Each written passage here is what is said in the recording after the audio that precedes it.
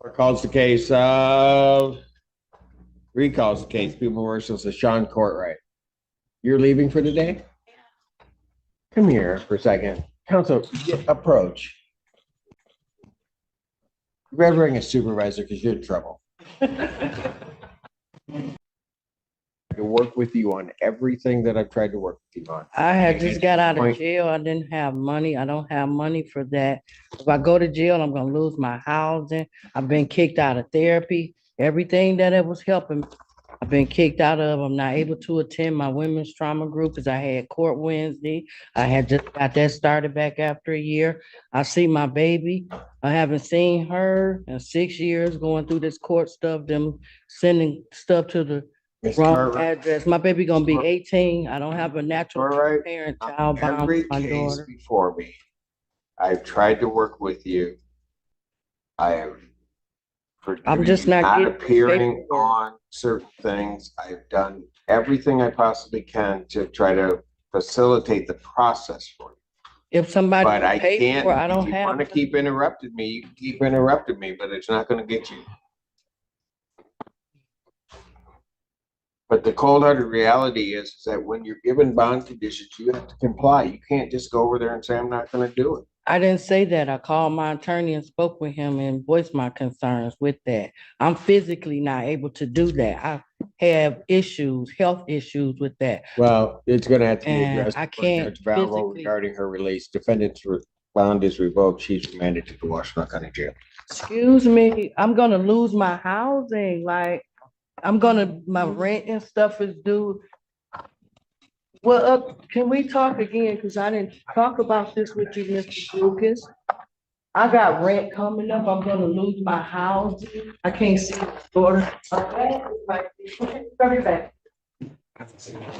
What is this about? Like, what did I do? Please say something before I come back.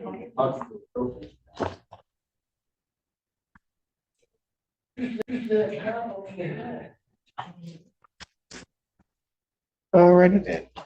14A will stand in recess. All right. Court does call the case of the people of the state of Michigan versus Tomika Slip. Hi, Mr.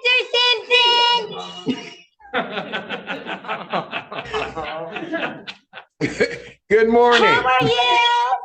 I'm fantastic. And you? I'm good. Did you have a good Christmas? Yeah, a while back I certainly did. Me too. And you? I got a Christmas present. Yay.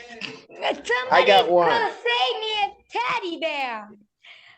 Oh, fantastic. Yeah, I loved it. And cuddle with it every night. Its name is Brown Bear. No relation. Not going there. And No you still relation. got All right. that beautiful smile. You still got that beautiful smile. Andrew Children's President on behalf of Warren Brown. Nice of you to finally speak up. Go ahead. Warren Brown, Deputy Chief Public Defender, appeaing on behalf of Ms. Schlimm, who has already introduced herself. Yes, she has. So this is the you hearing. We don't have any updated. our office received a report. I have a date. I have a report received February 19th, dated February 11th. Is that the one you're referring to? Yeah, I checked our materials. As of yesterday, we haven't received it. We just got it yesterday. We received it yesterday, yeah. It's competent. So the finding is that my client is competent to stand trial. In which case, Your Honor, since we've had a chance to review that, has the court received that same report? I haven't reviewed the same. We have no further evidence to present. All right. Any other evidence from the people? Nothing on behalf of people, Your Honor. All right. The court would find, based upon that report, that the defendant is competent to stand trial. Specifically, would indicate that the defendant can understand the nature and objects of the proceedings against her and can rationally assist in her defense. And so the defendant is therefore deemed competent. Thank you, Your Honor. We will tender a finding in order to the court this afternoon. At this time, I'm going to need 5 orders. 5 orders for 5 cases. Yes, sir. Yes. So at this point, we will to adjourn so that we can do a probable cause conference. All right, I think 2 weeks is the minimum you'll need. Yes. all right. So probable cause conference will be set for March 13th, March 13th. 2025. Does that mean I come back to court on the 14th? Yes, ma'am. And we'll talk to you in between that time.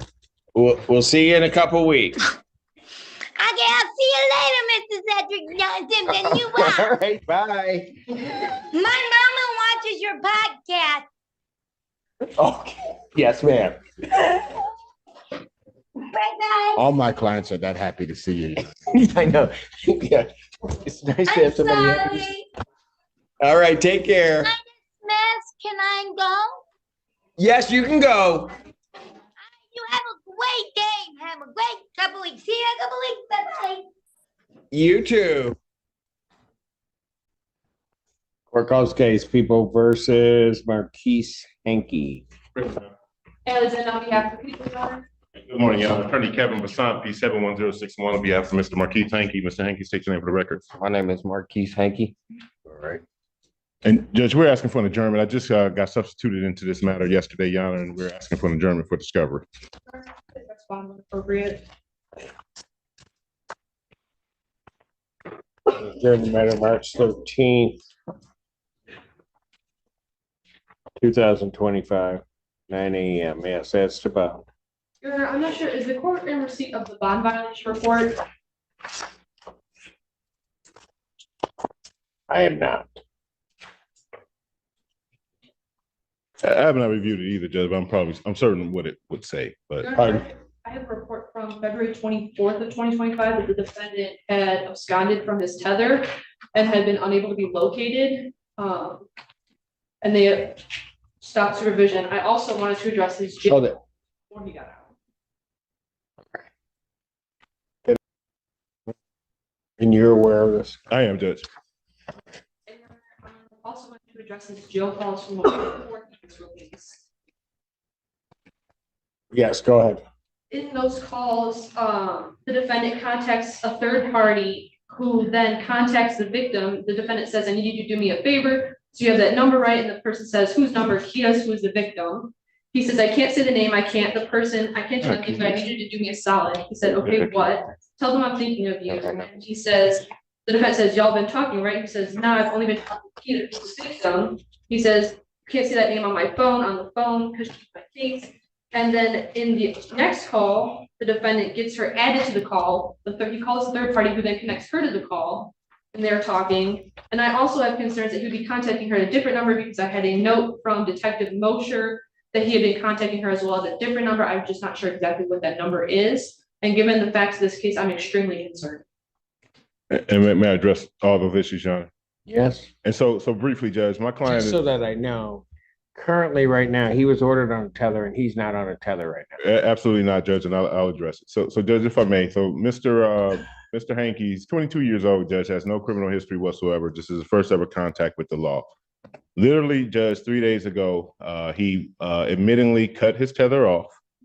He got overwhelmingly scared. He didn't understand what he was actually charged with. He thought he was charged with a life offense. I told him, no, it's a felonious assault. He was under the impression that he was immediately going to prison today because he didn't understand the law. And so he freaked out, Judge, and he indeed, admittingly, he cut his tether off. I immediately spoke with my client. I told him not to run, not to go anywhere, to address the court and to be upfront about it. And so, Judge, he's here today. He had every opportunity to not be here today, every opportunity to run, and he didn't. He takes full ownership for cutting that tether off, Judge. If I had talked to him before he did it, I don't think it would have ever happened. But Judge, I don't think he did it intentionally to, flee from the court. I believe he did it honestly, Judge. And if hear me out, Judge, I think this is a situation, Your Honor, where fear got the best of him, anxiety got the best of him. In terms of the jail calls, Your Honor, I would. Do we have the tether back? Your Honor, I'm not sure, but I did also want to address that the defendant does have a juvenile adjudication for a CSE fourth and a dismissed DV from 2022, in which the victim failed to appear as well. Judge, Go ahead. community corrections have the tether back. And there's been communications with the tether agent and the office. And so, Judge, in terms of the jail calls, I was just made aware of those this morning. I would note that the complainant in this case is his girlfriend. She's currently pregnant. I told my client to have absolutely no contact with her whatsoever per the bond conditions. And so, Judge, I make this argument, Your Honor, because honestly, I'm asking the court if they would give him a second chance. It was a $70,000 cash surety bond. That bond was posted. But for his actions 3 days ago, Judge, we wouldn't have this bond violation, at least with the tether. With the phone calls, Judge, again, I'm not saying he admits or denies that, but he knows he's not to have any contact, third-party contact with the complainant, and that will continue. And so, Judge, I'm asking if my client could have a second chance on this tether. Again, Judge, he could have been like everyone else and just not come back or got caught. We would have got him. I mean, and you stole the words out of my mouth, Judge. I said, or he could be standing here today in a green jumpsuit, and he's not. He's here today, Judge, fully accountable for his actions. It won't happen again, Judge. I guarantee it. We plan to address this case, and I'm just asking for a second chance. Counsel, all right, anything? I just would kind of reiterate the facts of this case in which he pointed an AR-15 style rifle at the victim, saying to her, "I'm going to kill you. I'll put a bullet in your head." And on the phone call, he addresses that he knows he's not supposed to be talking with her because when the other person says, "Kia, who is the victim?" he goes, "Don't mention her. She's my case." So I have great concerns that he would still be violent. He's playing the game. I don't play games. We don't play games here. You don't get to be put on a tether. Well, first of all, be told that you should not be contacting the victim and then finding and manipulating ways to do so. Don't do it here. Doesn't happen. Won't happen. And then when you get the grace, given the nature of the charges, to get let out, then you're running around and you decide that what the court ordered in terms of a tether, you decide you want to cut it off yourself. We don't do that either. Defendant's bond is revoked, defendant's remanded. I'll see him on the 13th, and counsel, you can give me your argument as to what I should do with the bond at that point, but right now he's remanded. Thank you, Judge. Thank you. This courtroom session unfolds like a brutal reality check where excuses collide with cold, unforgiving law, and the judge makes it crystal clear this is not a place for games, manipulation, or half-truths. The moment the case begins, the tone is already tense.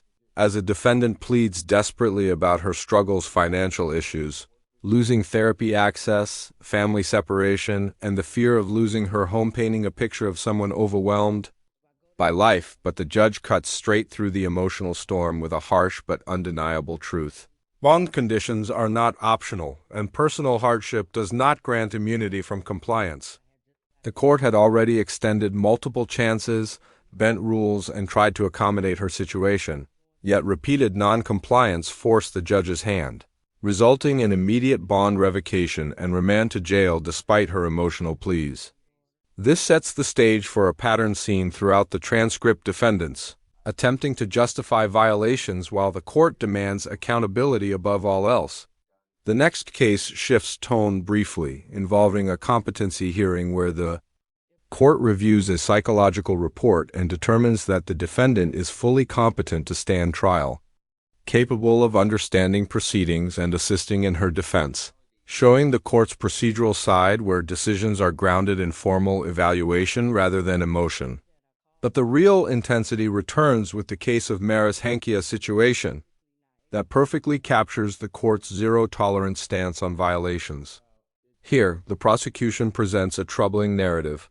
The defendant not only cut off his GPS tether, an explicit violation, but also attempted to contact the alleged victim through third parties, cleverly trying to bypass the no-contact order. While being fully aware of it, even acknowledging during calls that he could not directly mention the victim's name because she's my case. The defense tries to frame the situation as a moment of panic, a young, first-time offender overwhelmed by fear, misunderstanding the severity of charges, and acting irrationally under stress rather than with malicious intent. They emphasize that he returned to court voluntarily, did not flee, and is now taking responsibility, arguing that this should count for something and requesting a second chance under supervision. But the judge isn't buying it, not even close. In a sharp, no-nonsense response, the court dismantles the defense's argument piece by piece, pointing out that fear does not justify cutting off a tether, nor does it excuse deliberate attempts to manipulate communication channels to reach a protected victim, especially in a case involving serious allegations, where the defendant reportedly threatened the victim with an AR-15 style rifle, saying he would kill her. That alone elevates the case from a simple violation to a serious public safety concern. The judge emphasizes a key principle. Once the court grants leniency like allowing release on tether, it expects strict compliance, not selective obedience. Violating those conditions, especially in multiple ways, signals not confusion but disregard for the law. The judge's frustration becomes evident as he states clearly that this courtroom does not tolerate games, manipulation, or attempts to outsmart the system. The fact that the defendant knowingly broke rules, attempted indirect contact, and removed his tether demonstrates in the court's eyes a pattern of behavior that cannot be trusted. As a result, the decision is swift and firm: bond revoked, defendant remanded into custody, and any further arguments postponed to a later date. Across all cases in this transcript, a powerful theme emerges. The court may show patience, may even offer second chances, but the moment those chances are abused, the response is immediate and unforgiving. The judge balances empathy with authority, but ultimately prioritizes accountability, making it clear that personal struggles, fear, or misunderstanding cannot override court orders. This isn't just a hearing, it's a warning to every defendant watching. Respect the system or face the consequences without mercy. If you want more real courtroom breakdowns like this or raw, intense, and straight to the point, make sure you hit that like button, subscribe right now, and turn on notifications, because you don't want to miss what happens next in cases like these.